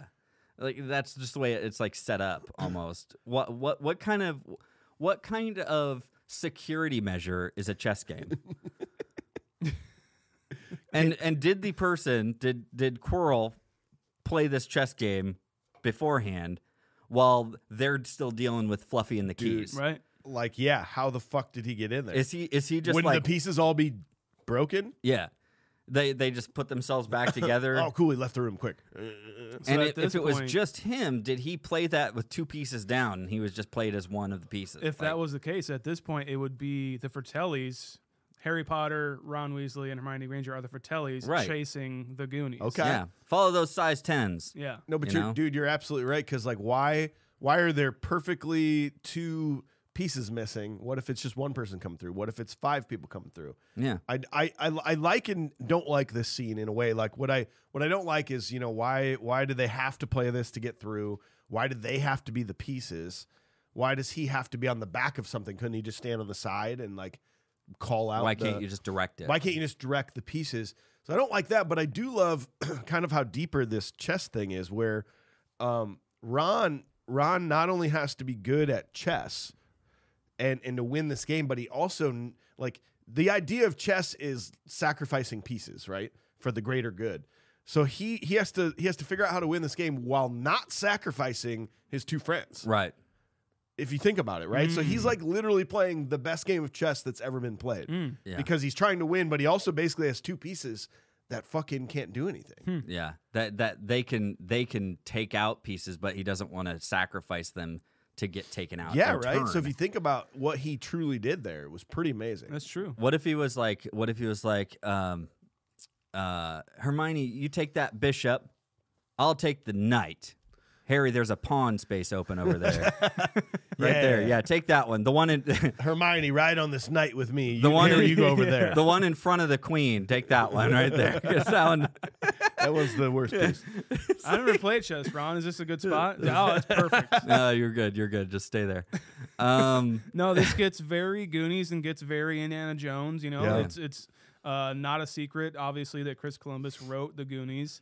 And you can see it definitely in this, you know, especially with all of the traps and all of the trials that they have to go through, you know. It's very much that, but that's a timeless thing, man. Yeah. That works. It still works. It What, still- 20-something years still later? It's like, works. okay, I'm in. All right. Sorry. Go ahead. Oh, I was just gonna ask you guys. So there's Harry, Ron, and Hermione in here. Well, there's Harry. There's 3 of us. So we have to go through these trials and tribulations. Who's going to do which one? I got the dog. I can handle a dog. You can move the dog. Are you good at chess? I'm pretty good at chess. Okay, we'd have to decide. I'll let you have the chess, Oh boy, that's a lot of pressure. and then I'll go in and I'll let a guy put his hands on me where nothing happens, but then when I put my hands on him, he dies. He dies. Yep. Like What- you know, because that makes a lot of sense. Are you gonna I'll be take that the? guy. Are you I've gonna seen do you the do that. broom? Yeah. Are you gonna do the broom with the keys? Yeah. I'll do that. Are you gonna do that? Okay, as long as you can do that. I don't like the Oh yeah, devil there is snare that thing. one. I don't like the devil snare. It just seems slimy. I didn't like that part. But okay. But if you got that, I feel like you'd do that because you're good. Ice skating and brooms are basically the same thing. Same thing. Pretty Same much. idea. We've established this. So Good thing I got this broom. yeah, good thing I got. I like. Well, I don't like. It's the whole. You just went through the trials and tribulations, and then you meet the bad guy at the end, and he turns around slyly, kind of trope. You know, it's very like, well, we're in a kids, Yeah, but then like he doesn't even have to turn around. It's a fucking mirror. He doesn't. Oh, wait, hold on. Are you looking at me or? Like to reveal that it's Quirrell. The big reveal. It's Didn't Quirrell. need that. How'd you know that? You spoiled I it. see you in the mirror. Oh shit! Ah, Dang it. shit. There goes my surprise. Ah, It's pretty brutal and pretty. you got here early. I was gonna hide. My only thing is how he got there could be like he turned into smoke. Ooh. And, like, Okay. wiggled around. You know? Okay. Yeah. I like that. But what was I gonna say? The like when he turns into ash, it's like a very cool effect. Yeah. It's It like, is. It's very like Indiana Jones of that guy like melting. You know. Yeah. It's pretty freaky for a kids movie. I'm surprised. This is teeters on the edge of PG-13 for sure. Is there something that happens later on that where the smoke Voldemort goes through him basically in the smoke? Does that have any indication for something later on, or is that just a cool special effect? There's always the thing that he could go either way. Okay, And like okay. if he went to the like dark side, Oh. he'd be Star Wars. He'd be the most powerful of all of them. Cool. So JK just ripped off Star Wars. Gotcha. Weird. So yeah, like, dude, I love that video. There's a bit out there about it, and I'm not gonna hijack it or anything, but there is a perfect bit that a comedian has about how Harry Potter is basically Star Wars. And amazing. It is phenomenal about how, what's that? Like an orphan goes to live with his kind of crotchety uncle and aunt, and they don't really want him to take part in this magic, but an old, like a weird homeless looking guy like shows up and wants to show him the ways of this classic magic. And then he gives him the tools and everything, and he takes him to magic school, and he's like, and then there's this weird tension between like the main character and the girl, but she just falls in love with the scruffy relief eventually, comic relief as sidekick, and it's just like, fucking oh awesome. my gosh, it's like, dude, you are correct. And then so, Chris Columbus is right there, and J.K. Rowling's like, so yeah, this isn't like a new story or anything. He's like, okay, my friend is George. we're We're literally good a friend of friends. mine. I can do this, okay? I got this. Literally a friend of mine. No, and that's my thing is, again, I feel like it ends almost too easily. Like there should be, It's sort of like, oh wow. there should be a Turns big out showdown. I can touch you. But yeah, it turns out that you can't, like, he can't really get hurt by this person anyways. And again, if right, the person, Dumbledore explains that the stone was going to go to a person who wanted to find the stone but not use the stone. Was it in his pocket the whole frickin' time? Well, just like when he goes and sees Ron and Hermione again at the top of the stairs, he's like, "What's up, dudes? You guys good? You guys all right?" And they're like, "Yeah, we're good, man. Did you end up finding that stone?" He's like, "Yeah, had in my pocket the whole fucking The whole time. Sorry. Yeah, you guys almost died. I know, I understand. It was weird. I couldn't feel it. It was super weird. He's just like, he like pinches, like, dude, what the heck? You've got it this whole time in your pocket. Like, does he do this all the time, like with his keys later in life? He's like, I couldn't find my keys, and they were in my pocket the whole time. Oh my god, he's got his sunglasses on his head. Where are my glasses? Where are my son? My keys fell in the key room. Fuck. Never gonna find those. Never gonna find my keys. It is kind of amazing to me how Harry Potter and like Frodo Baggins are kind of the same too. Yeah. Sure. Where like it's so there's this moment of like they're so clumsy and they're really not good at their job. No. But they somehow like succeed. I mean, for a movie about the best magician in the world, he doesn't really do any magic in this movie, right? Mm-hmm. Kind of like Frodo. Like Frodo really does like he gets there, but and there's always the moment of them like going, and they fall backwards when someone's attacking them. They both do that. They both wake up in a hospital bed like, my friends, you know, like Yeah, very true. and they, I mean, you can't say one copied the other because they both kind of came out at the same time. That's true. Yeah. Yeah. I'm not going home. Not really. Not really. Good line. It's a very good line. No, you are. Well, yeah, but you're going back there for like 4 months. So. But not really. It's not like really my home. Uh-huh. I don't really call it that. You know? Wait, and I you don't got know. it before we're done. You got to humanize the goons here. This is fucking bullshit. That Slytherin does not win the cup. Yes, yeah. very true. This like Robbed. they literally like what wrong has Slytherin done to be No, deserve this? nothing. And how is this not being challenged by everyone in the room? Going, what the fuck are you talking about? Yeah.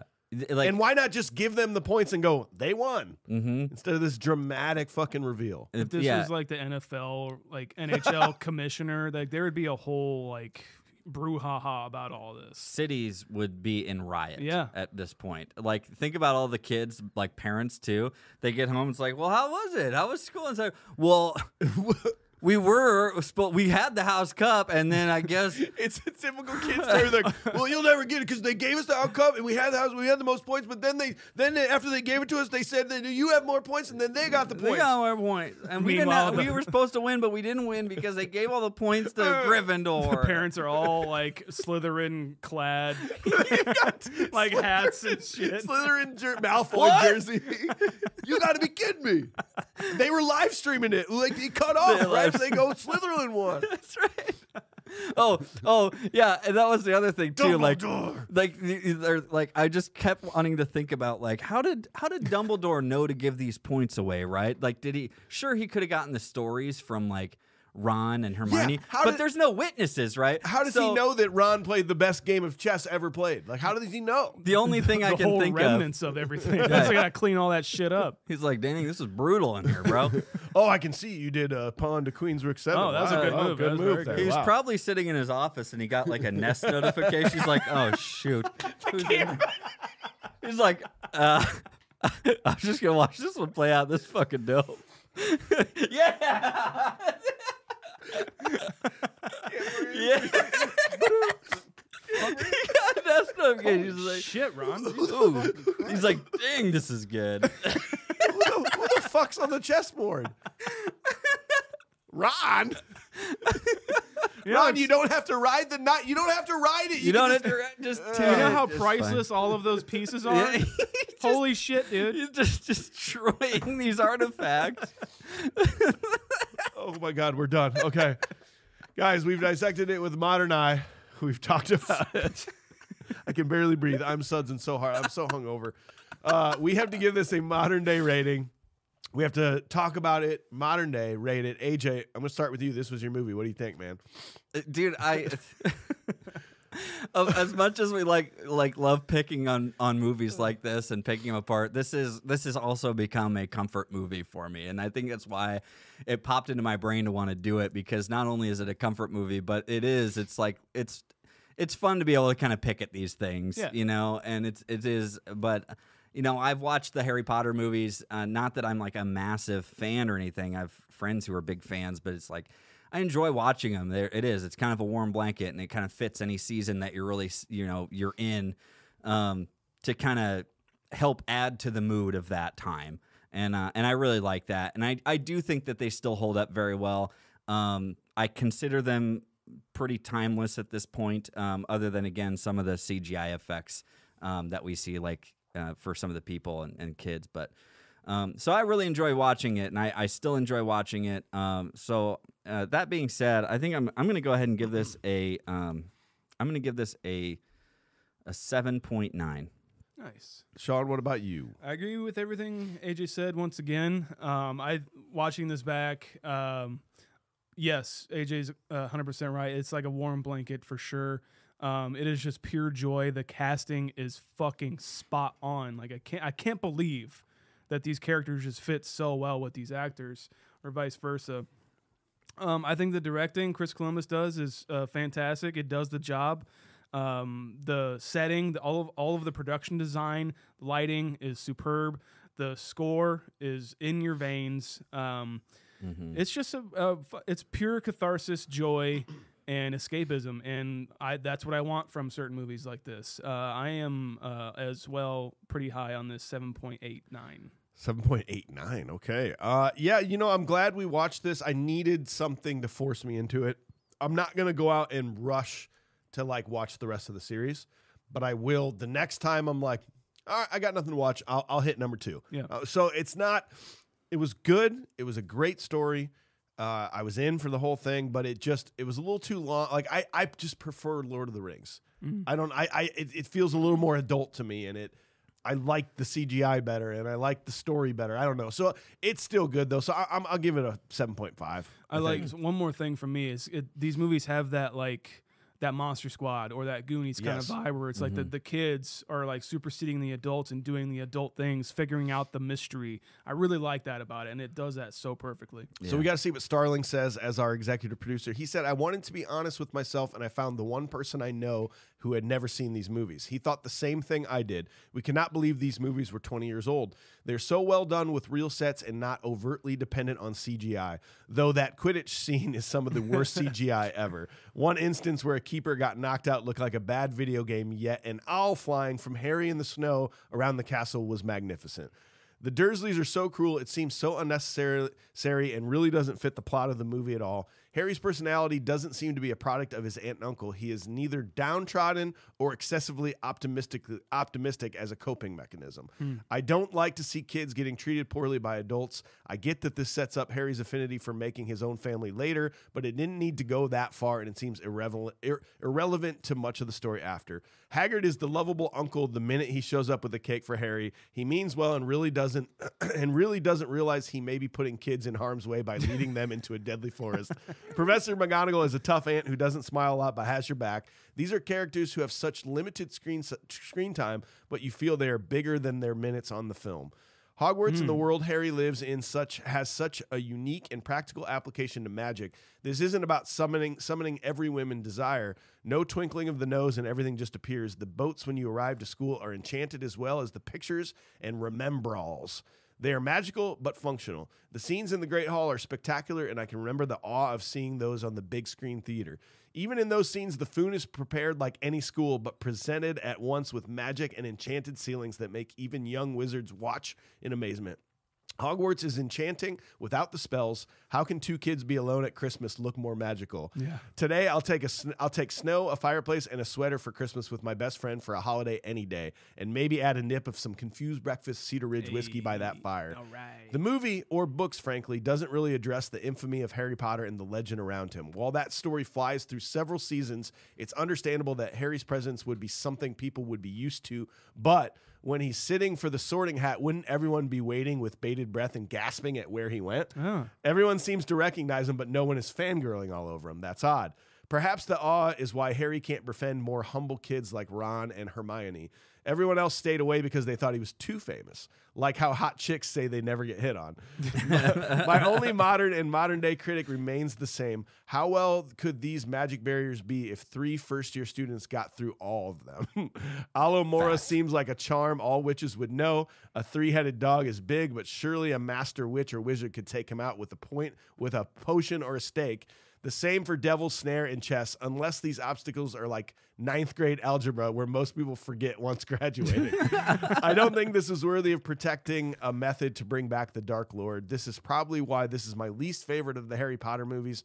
The movie ends with a happy ending about a parent's love protecting you, with friendships forged, and knowing Harry's sucky life is now going to get much better. I mean, at the very least, he's rich. That's right. Then and now, and on every viewing of this movie, it ends with me thinking how savage Dumbledore was to make Slytherin think they were winning the House Cup and then give to Gryffindor by 1 point. Brutal. Take that, Draco.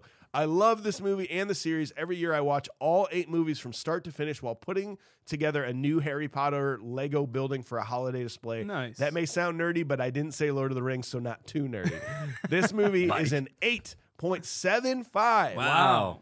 So that takes us to an 8.01. And where do you think that's going to lie? That is going to put into number 28 on our list. It is just better than Beetlejuice and Karate Kid and just worse than Happy Gilmore and Ghostbusters. Wow, that seems like a perfect spot for it. Feels about right, doesn't it? It feels really good. Yeah. Well, we hope you guys enjoy this episode. Thanks for being here. Tune in next week. We got Fargo. Let's do it. And after that, you betcha. You betcha. After that, we got a bonus episode. We're going to be doing top 5 movies from 1999. It's going to be good. Hell of a year. Great year. And if you're new to the podcast, go back this time last year. Big Lebowski. Okay, guys. Get after it. We're doing Fargo next. You gotta. We've done Raising Arizona.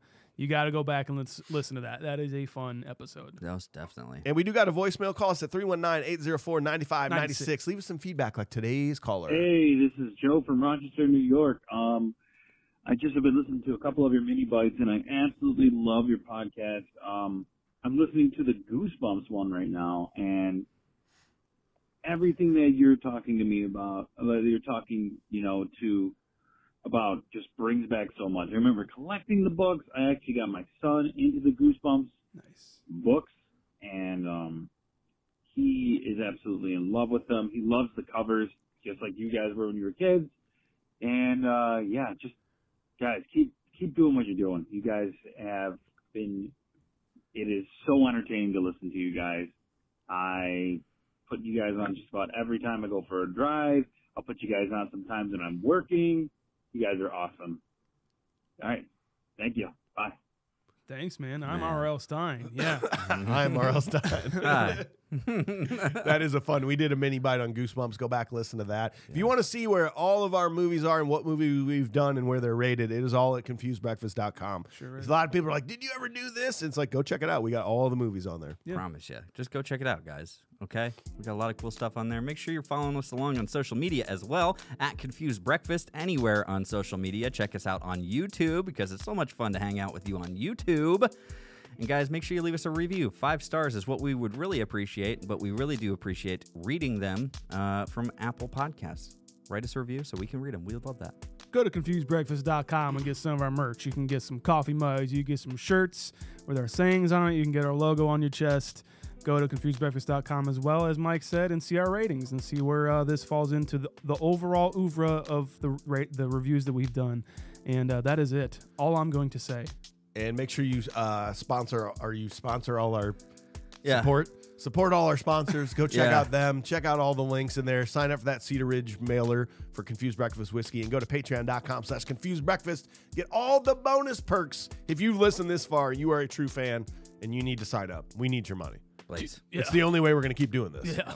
Imagine a day where this podcast is no longer showing up on Wednesdays. Right. You're going to be so bored. The love of movies and researching and digging deep into them, it just isn't enough anymore. You know? I've lost the passion. I want this to be my job so that I don't have to do anything else. We want to sell out. Yeah. We are proudly produced by Upload Media Group here in Cedar Rapids. We got Aggro Craig on the controls. Thanks, Craig. Dog. And this is a Cloud 10 iHeart Podcast Network show. Learn more at cloud10.fm. That's it for us. Bye. Bye. You're a wizard. Goodbye. See you. Hello, I'm the wizard. Amora.